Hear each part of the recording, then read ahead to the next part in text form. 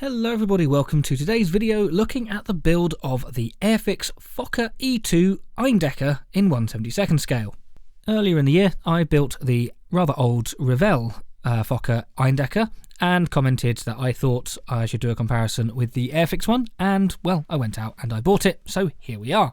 I know there are further toolings such as ICM and Eduard of the Eindecker. I don't think either of those are available at the moment. I will keep my eyes peeled on sites and see what I can find, and eventually I'll end up with a ridiculously large collection of Eindeckers. If you want to see what you get when you open the box, there is already an unboxing video on my channel for this very kit, so you can take a look at that to bring yourself up to speed. This will carry on from where that left off with the build. So without any further preamble, let's get on with sticking bits of plastic together. According to the box, ScaleMate and the Airfix website, the tooling date for this was originally 2016. This is a direct re-release of that initial tool, but it is not the original release. I bought this one from the current 2026 range. There are 35 parts, one Decals scheme, and at time of recording, which is June 2026, a recommended retail price of £8.99. However, I bought this in a sale and so paid considerably less than that. Construction begins with, well, the fuselage actually, sort of. There is no separate bucket interior or anything like that. You just have a bulkhead which goes onto the floor of the fuselage, and these little seat racks, I want to call them, but so it's a mount for the chair, especially the legs, before the sort of basket type seat sits on top of that. The instructions do tell you what angle to face things at. Obviously it's moulded so that it sits correctly at the angle, but always worth just double checking that you've put it in the correct way. There is also a rather limited control of just a flight stick or control stick for the pilot to wiggle, and that is about it. There are rudder pedals that are moulded onto the floor, but that's it. That's all you need. This is a First World War plane. You don't have much technology beyond the fact that you are in the air. It is recommended to just line the fuselage halves, or at least one of them up, just to make sure that everything is indeed sitting where it should. Otherwise you'll get a weird gap behind the seat. We also have, I'd call it an instrument panel and a fuel tank area, but I mean it's a tiny fuel tank and then a tiny little blob that goes on it that you can't even see, which I guess has some sort of instrument on it. This is what constitutes the instrument panel in an Eindecker. It is quite quaint. I do like First World War aircraft for the fact that they are so primitive. British Tanks Light Stone, which is from a Life Colour desert tank set, is being used to paint the interior. Why am I choosing this colour? Well, that's just what I had available. I don't know what colour the interior of an Eindecker should be, and I don't think many people will in terms of original First World War Eindecker. It suggested a sort of creamy colour, so this is a sort of creamy buff colour that I went for. It was just on my desk and it made sense. Just being brush painted, because even though it's an exposed cockpit, you're not really going to see much. I've also used the wooden effect and the leather brown and the black that you see there just to paint the rest of the details so that the fuselage halves can then be glued on. I did find that the design of having the fuselage in 3 bits, so you got port, starboard, and then you got the floor, but having that moulded with the tail surfaces as well made it quite fragile. I mean, the whole kit is fragile, it's such a small plane, but it did go together really well, so it's not a problem. It's just you've got to be a bit more careful, make sure you definitely don't catch it on something or drop it on something. The cowling can now be assembled. We've got a spinning rotary engine, so you put the pin through the bulkhead as you normally would, but you glue it to the actual engine itself. The entire engine should turn. Later when we glue the propeller on, you'll see that in action. We've got this the port and starboard side of the cowlings being glued on, and on one of those, which is this one, the starboard side, there's a big gouge in it for the wing. That is important to get that dead straight because your wings are going to be lined up based on the cowling. There's also a couple of really tiny steps which are still heavily overscale on both sides of the fuselage, one each side, for the pilot to climb into his death trap. The tail skid can also be glued in at this point. This is all very flimsy plastic. There's quite a lot of small components, I mean, again, heavily overscaled just due to the nature of scaling 1/72. but they are still very fragile, so you have to be very careful with removing them from the sprue. And so I would say this kit's not necessarily meant for beginners for that reason. You just need that extra bit of care that usually comes with experience. It's now time to move on to painting, and I've got the Vallejo black primer out. This is, well, I'm going to use it until the bottle ends. It's a pretty good primer, could be a little bit better. I actually probably prefer using a rattle can just because it's quicker, but this paint is absolutely fine. It's airbrush ready, chuck it in, and of course, as it's black, you can tell that I am going to be black basing the entire aircraft. And no, I have not forgotten about the wings. For reasons that will be revealed later, I've kept them separate. They are being painted on the sprue along with all of the various undercarriage parts for the main undercarriage, again, that you will see later. The main colour, I'm using this Model Air Sand Beige. I don't know, again, what colour these aircraft would be, and I don't want anyone saying, oh, they were definitely this or definitely that. There is no way of knowing. It's a very difficult topic, First World War aircraft colours, just due to the length of time that's passed and the lack of standardisation. Airfix suggests using Humbrol 71, which is a cream colour. Is it 71 or is it 103? It's one of the two. It suggests using matte cream either way, and this is a bit sandier, a bit yellower, a bit darker than the recommended colour. I personally prefer it. I just think it suits the aircraft a little bit better. I didn't really want it to be an off-white. I wanted it to be much sandier, so that's why I went for it. And then the cowling area can be painted in silver, so I'm using Hataka aluminium just through the airbrush and painting the entire aircraft in front of the cream. Basically anything in front of the pilot is this colour, and this is the reason why the wings have been left off. This would have been an absolute pig to mask with the wings on, and I know that because that's how I built the Revell one. So this time I was using my noggin and thought, nope, I will keep the fuselage and wings separate until this is done. This Vallejo interior grey green is going to be used for all of the undercarriage parts.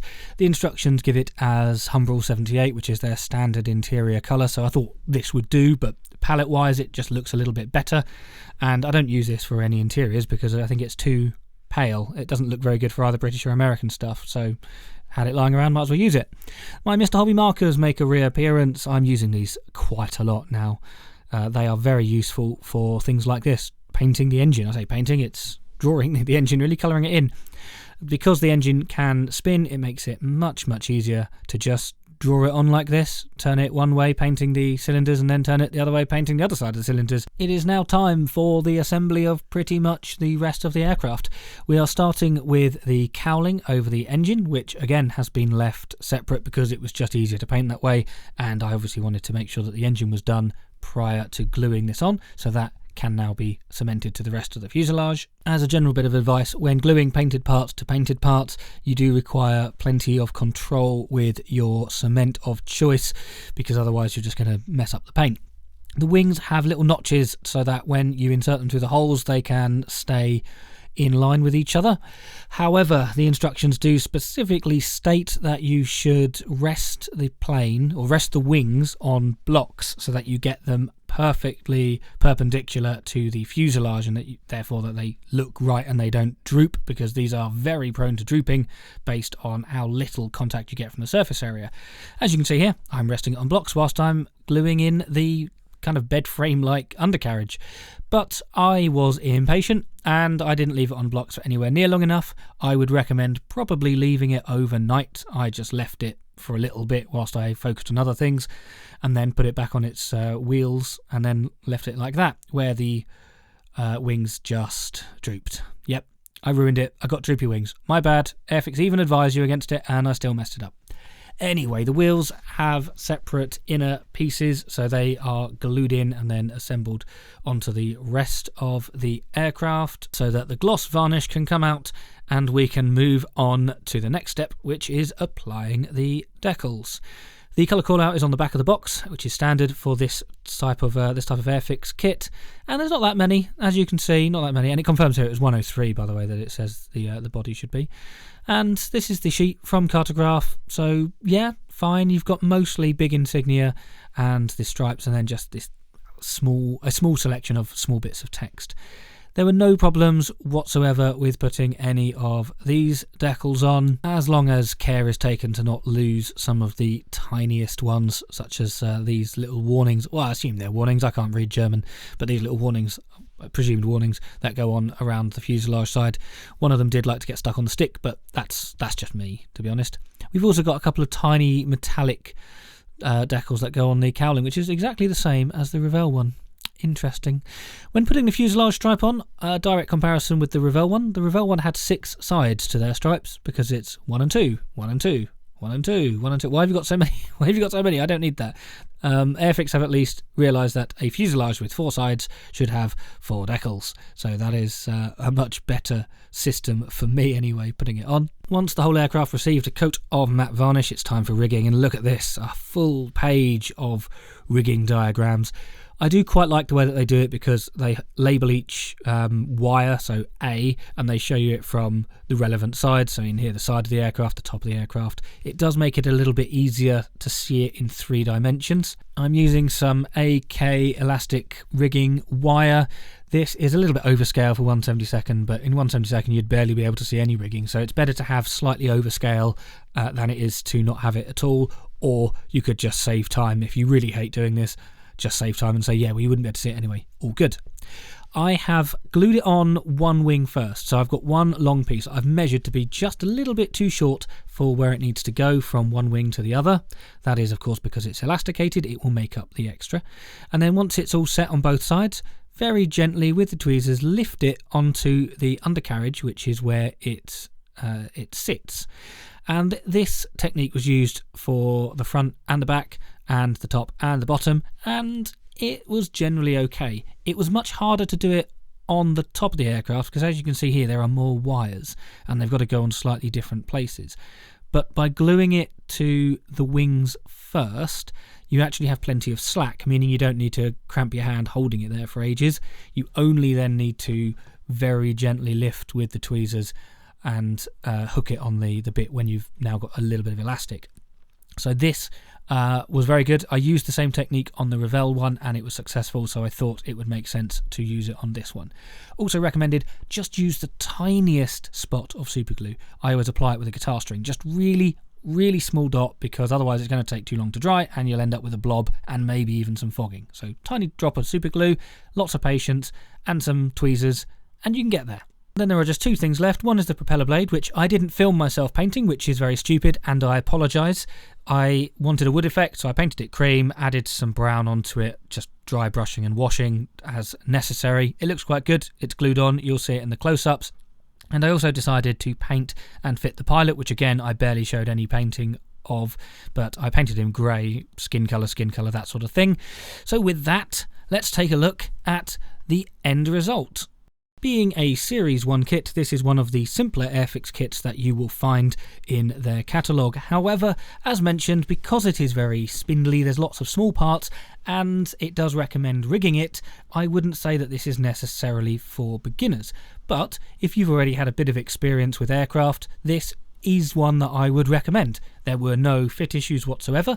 I think it has been very well designed, and things like the undercarriage, which even though yes they are spindly, go together without any real fuss. If you just take a little bit of time with it and you really want something First World War, then yes, this is really nice. If deciding to fit the rigging, Airfix have at least given you decent rigging diagrams to assist with this, so as First World War aircraft go, yeah, this is pretty good. I can thoroughly recommend it. Whilst I'm not usually one to add pilots, I do appreciate when pilots are included because it just gives people more options, more choice. More choice is always better. And this is of course a First World War pilot, which means it's not a generic figure. He's wearing different uniform, different gloves, different helmet, that sort of thing, and they've put in the effort to do that, so I thought I could at least put in a few minutes effort of painting him. As you saw there, he's not actually glued in. He can easily sit outside of the plane if necessary, if you want to check out the rather limited detail inside the plane.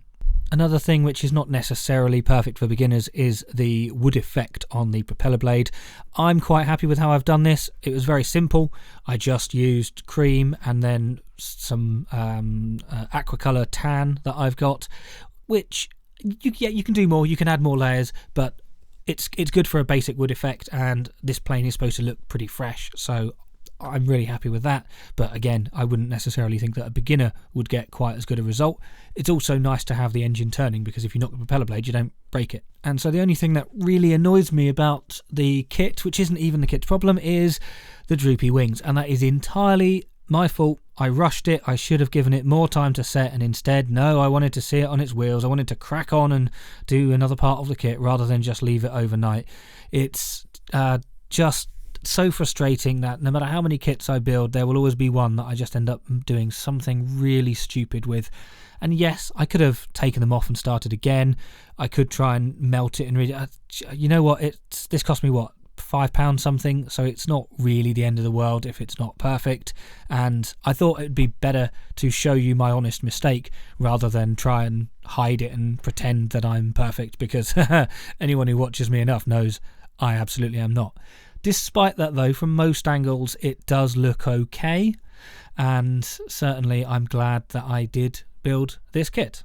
So to address the reason why I even bought this, how does the Airfix kit fare compared with the Revell one? Well, you would seriously worry about Airfix if they, in 2016, couldn't make a better kit than Revell could in the 1960s, so obviously I prefer the Airfix one. However, the Revell one is easy to build, very nice, and I like the way that they've designed the fuselage to completely remove the risk of droopy wings. They just mould the wings as part of the fuselage piece. It looks weird, but I now appreciate the way that they've designed it. But in terms of the finesse and the detail, whilst the Revell one is perfectly acceptable and was a lot better than I was expecting it to be, the Airfix one is just nicer in pretty much every aspect and looks more pleasant to me on my shelf. I'm glad I've got both, and I'm glad I did them in different colours, but I would obviously rather have the Airfix one than the Revell one if you are just buying one Eindecker. And also worth noting that the Revell one was completely covered in flash in almost every part, so at least with the Airfix one, which was